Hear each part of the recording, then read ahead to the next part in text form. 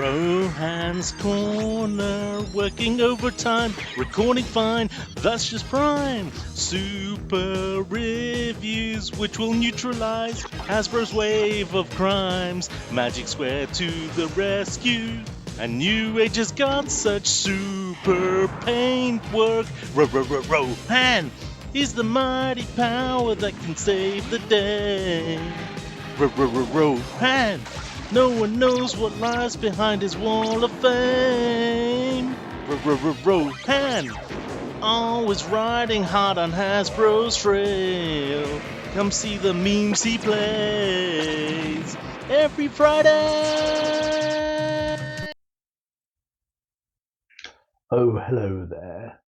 Good evening and welcome to Rohan's Lair.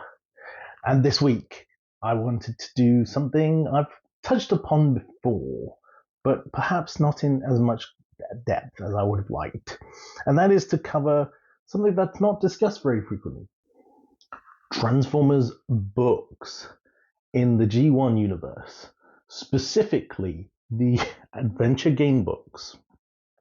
For those of you who are unaware, these adventure game books were available from 1985 to 1987, and they cost between £1.50 and £1.75.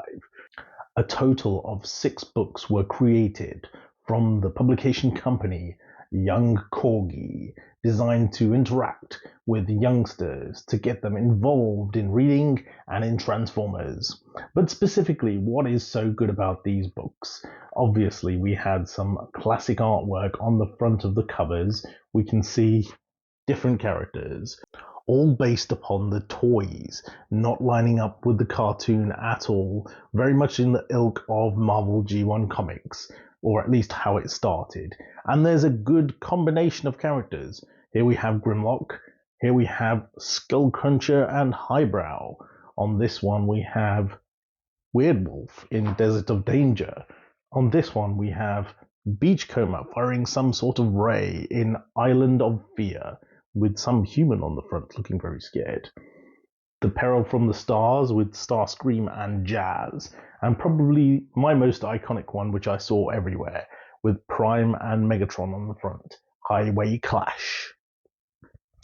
These books were reasonably available in the 80s and became more so in the 90s. If you try and pick them up today, they're quite hard to get hold of and actually cost a lot of money. But what's special about these adventure game books? What makes them adventurous? Well, let's pick one for a start here and say Dinobot War. Follow the thrilling adventures of the robots from Cybertron in their own comic. Autobot battles Decepticon every week in The Transformers. This is just an advert for the comics. 24 full color pages for just 30p.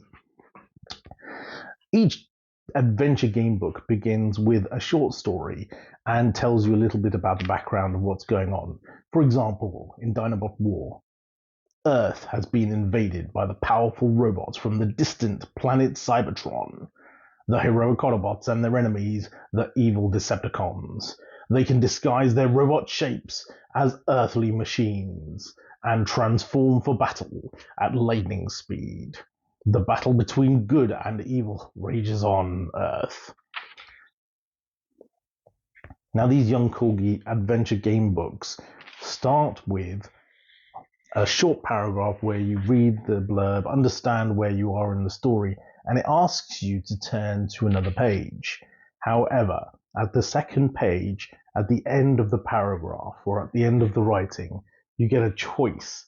If you try to sneak past the barrier, turn to page 3. If you climb into the electrically powered buggy nearby and try to drive past the guards, turn to page 2.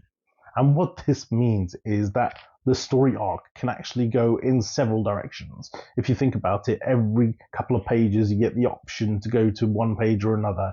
Sometimes they go back on each other, sometimes they end up in a dead end and it's the end of the story for you.